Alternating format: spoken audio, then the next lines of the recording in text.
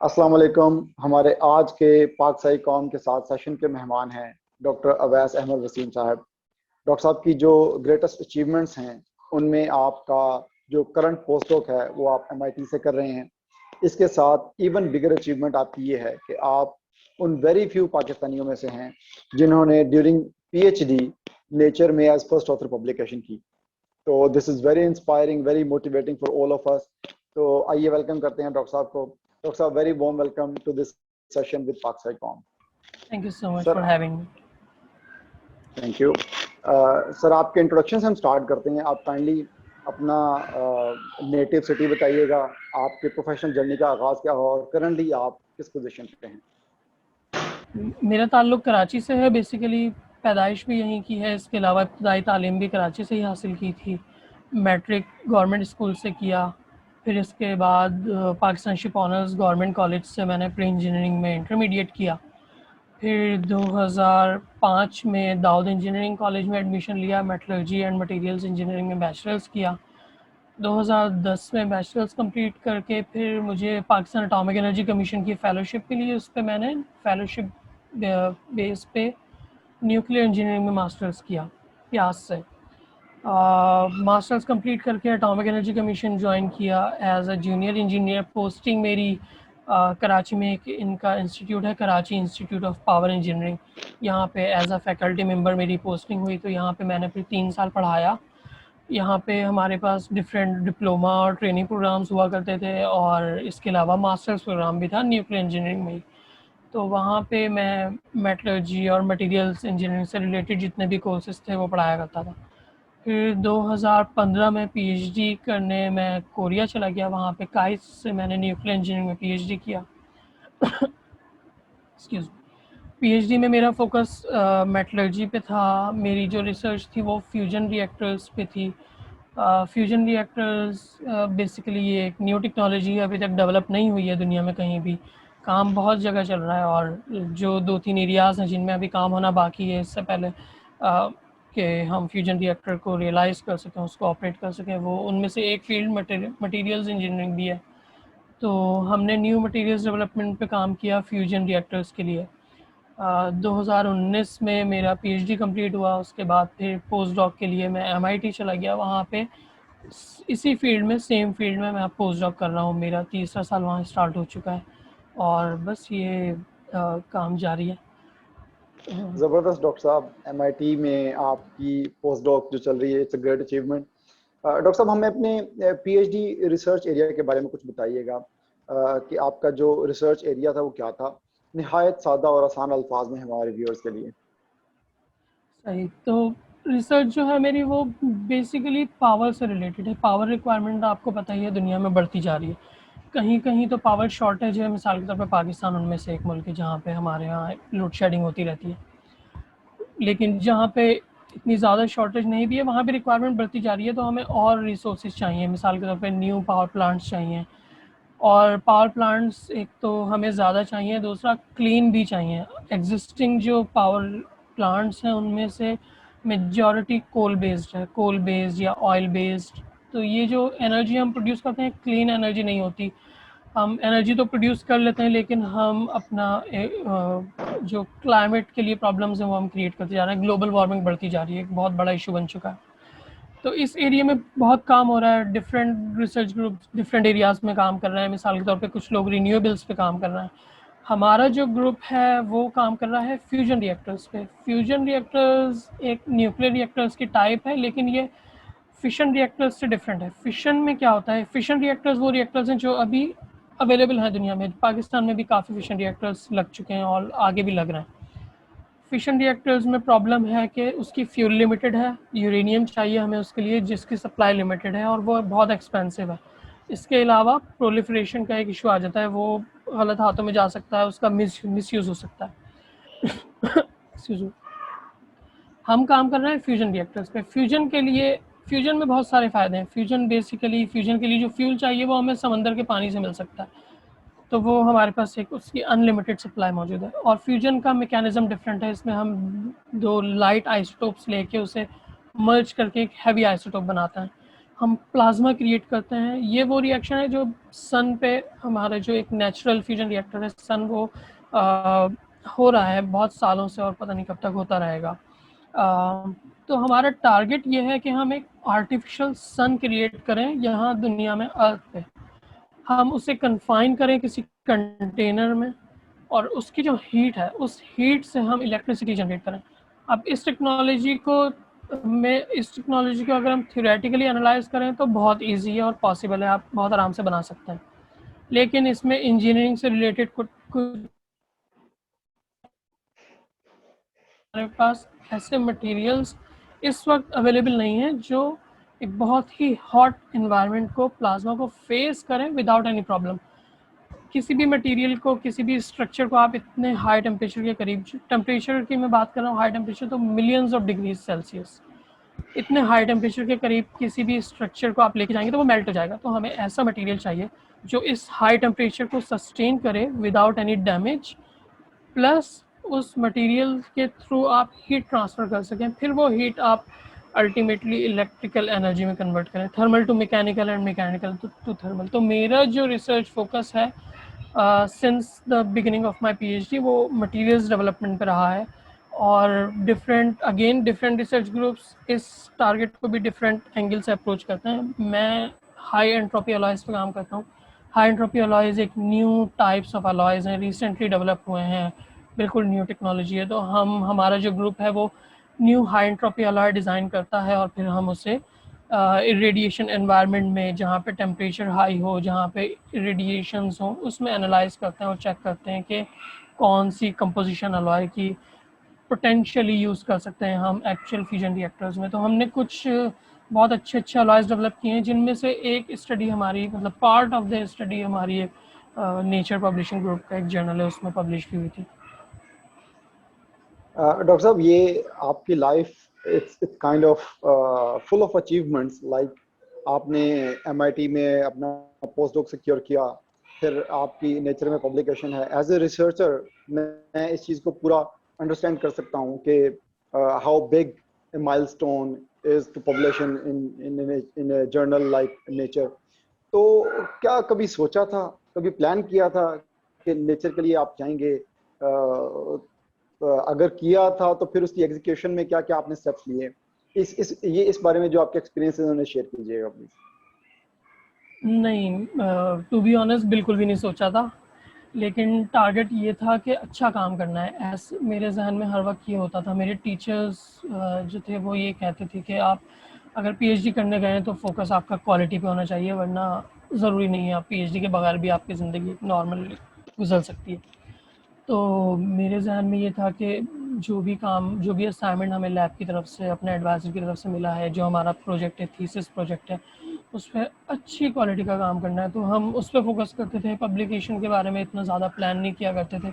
In fact ऐसा हुआ भी नहीं कि अचानक से नेचर में पब्लिश हो गया। पहले ये जो हमारी स्टडी थी ये एक एवरेज जर्नल में हमने सबमिट की और वहाँ से रिजेक्ट हुई। और ये मेरा पहला पेपर था, पहला फर्स्ट ऑथर पेपर था, और बहुत ही हार्श कमेंट्स के साथ ही रिजेक्ट हुआ था। तो मैं बहुत ज़्यादा डिसहार्ट था, काफ़ी इमोशनल था, गुस्सा आ रहा था मुझे। तो मैं अपने एडवाइज़र के पास गया और उससे मैंने बोला कि ये रिव्यूअर्स पागल हैं, इनको कुछ आता जाता नहीं है, इस तरह के मेरे कमेंट्स थे। तो मेरे जो एडवाइज़र थे उन्होंने मुझे थोड़ा सा समझाया। उन्होंने कहा कि क्रिटिसिज्म को आपने हमेशा पॉजिटिवली लेना है। आप ये भूल जाएं कि उसे आपकी फील्ड का पता या नहीं पता, रिव्यूअर्स को आप बस सारे कमेंट्स पढ़ें और देखें कि इन कमेंट्स की बेस पे कैसे आप कैसे आप इम्प्रूव कर सकते हैं।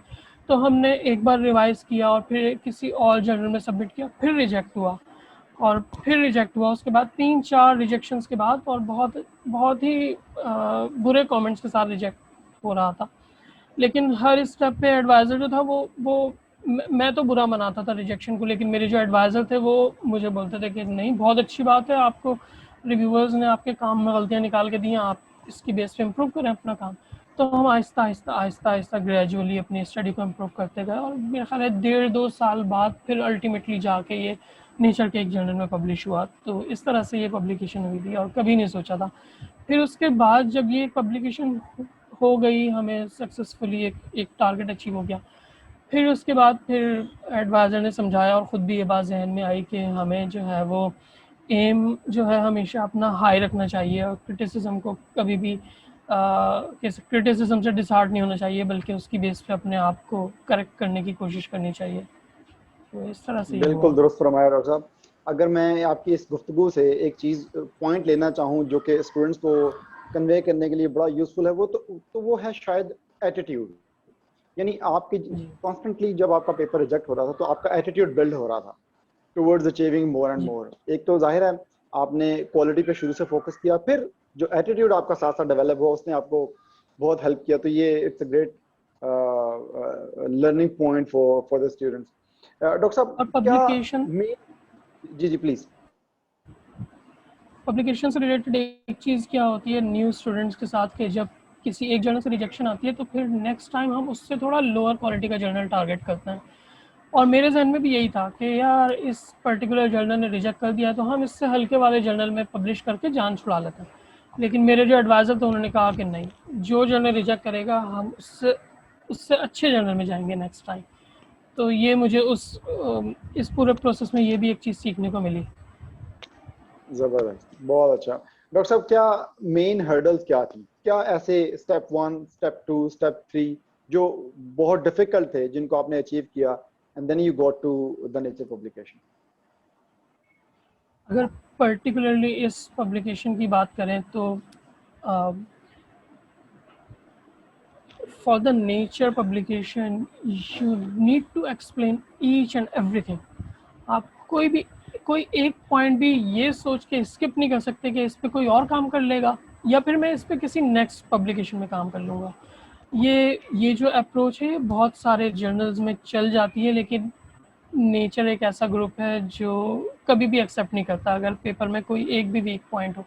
तो ये मेन हर्डल थी। बहुत सारे ऐसे एरियाज थे जिनमें आके मैं इरिटेट होता था। हम ये सोचते थे कि this is not part of our project, हम तो करेंगे ही नहीं, इस पर कोई और काम कर लेगा। लेकिन वो क्योंकि रिव्यूअर्स जो थे वो नहीं मान रहे थे और फिर मेरे जो एडवाइज़र थे वो भी रिव्यूअर्स से एग्री करते थे, वो मेरी टीम में कभी नहीं होते थे। तो वो बोलते थे कि नहीं देखें, आपने काम करना है, अगर आपने इस अपने काम को इम्प्रूव करना है तो जैसे कि मेरी बेसिक फील्ड थी मेटलर्जी, मैं सोचता था कि मैं सिर्फ मेटलर्जी पे फोकस करूं। रिव्यूअर कोई ऐसा क्वेश्चन पूछ लेते थे जो केमिकल इंजीनियरिंग से रिलेटेड होता था तो फिर मुझे वो पढ़ना पड़ता था। केमिकल के बाद फिर कोई और ऐसी चीज़ आ जाती थी, मिसाल के तौर पे हमारा जो काम है, जो अलॉय हम डेवलप कर रहे थे वो न्यूक्लियर रिएक्टर के लिए था, तो रेडिएशन से रिलेटेड कोई एक क्वेश्चन आ जाया करता था और हम कहते थे कि रेडिएशन पे तो हम 2 साल बाद काम करेंगे, अभी तो नहीं कर रहे। तो लेकिन एडवाइज़र मेरे वो मुझे कूल डाउन करते थे, बोलते थे नहीं करो काम, पढ़ो इस बारे में, जवाब दो रिव्यूअर को। तो ये एक हर्डल थी। और इस प्रोसेस में मुझे फील हुआ, जो एज अ पाकिस्तानी मेरा ख्याल है हर स्टूडेंट फील करता होगा, कि हमारी जो बेसिक एजुकेशन होती है यहाँ से हम बैचलर्स या मास्टर्स करके जाते हैं तो वो क्वालिटी कोई अच्छी होती है लेकिन इतनी ज़्यादा अच्छी नहीं होती कि एक नेचर के रिव्यूअर को आप सेटिस्फाई कर सकें। तो मुझे बहुत ज़्यादा ऐसी चीज़ें, बेसिक कॉन्सेप्ट्स मुझे स्टडी करने पड़े जो शायद कोई अमेरिकन स्टूडेंट या कोई कोरियन स्टूडेंट होता तो उसने वो पहले से पढ़ रखे होते हैं। तो वो मुझे बहुत बहुत ज़्यादा रीडिंग मुझे करनी पड़ी अपनी basic basic topics, basic concept जो यहाँ पे हम बाज़ औक़ात स्किप कर देते हैं ये सोच के कि इम्पॉर्टेंट नहीं है। वो वहाँ पे मुझे दोबारा पढ़ने पड़े। मेरी जो कोर्स से रिलेटेड बुक्स होती थी मास्टर्स की और बैचलर्स की, वो सारी मैंने वहाँ कोरिया में अपने पीएचडी के दौरान मंगवाई अपने पुराने पुराने टीचर्स से कांटेक्ट करके। और वो जैसे लोग नॉवेल्स पढ़ा करते हैं वैसे मैं वो बुक्स लेके सैटरडे संडे को एक बाहर पार्क में बेंच पे जाके कॉफ़ी लेके वो बुक्स नॉवेल्स की तरह बार बार पढ़ा करता था, ताकि वो चीज़ें जो जिनमें मैं कम्पीट नहीं कर पा रहा वहाँ इंटरनेशनल स्टूडेंट से, वो मेरी जो है बैलेंस हो और मैं फिर कम्पीट कर सकूँ।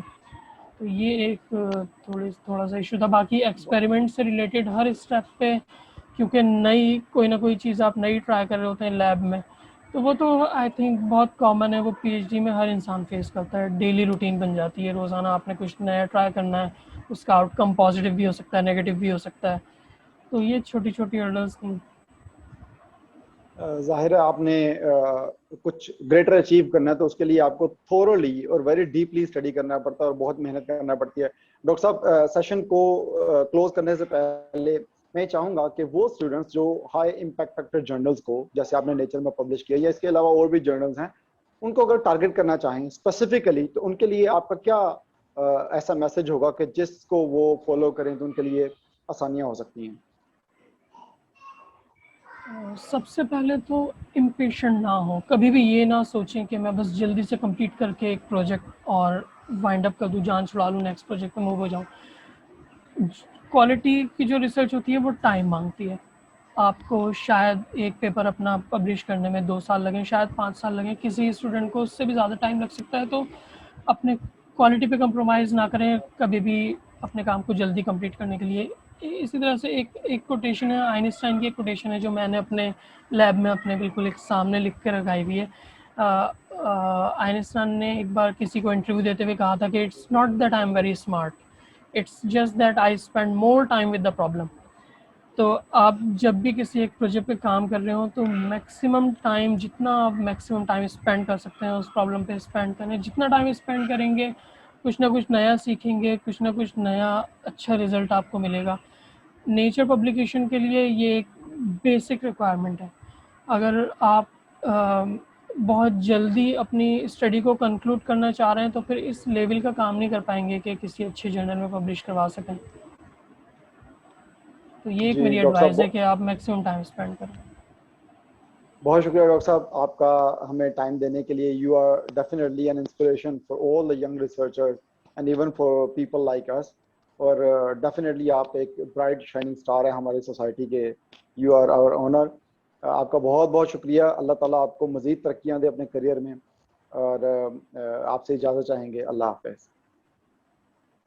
Thank you so much. बस एक चीज़ मैं आखिर में कहना चाहूँगा कि ये जो आप काम कर रहे हैं ये एक ऐसा काम है जो मेन स्ट्रीम मीडिया पे मैं अक्सर मिस करता था। मेन स्ट्रीम मीडिया पे जो हम कंटेंट देखते हैं उसमें एजुकेशन से रिलेटेड, रिसर्च से रिलेटेड आई थिंक 5 मिनट का भी कुछ भी नज़र नहीं आता पूरा दिन, अगर आप 24 घंटे भी किसी एक चैनल को देखें।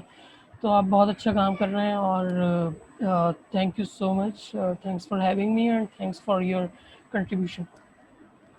Thank you very much sir. We are honoured. अल्लाह हाफ़िज़। अल्लाह हाफ़िज़।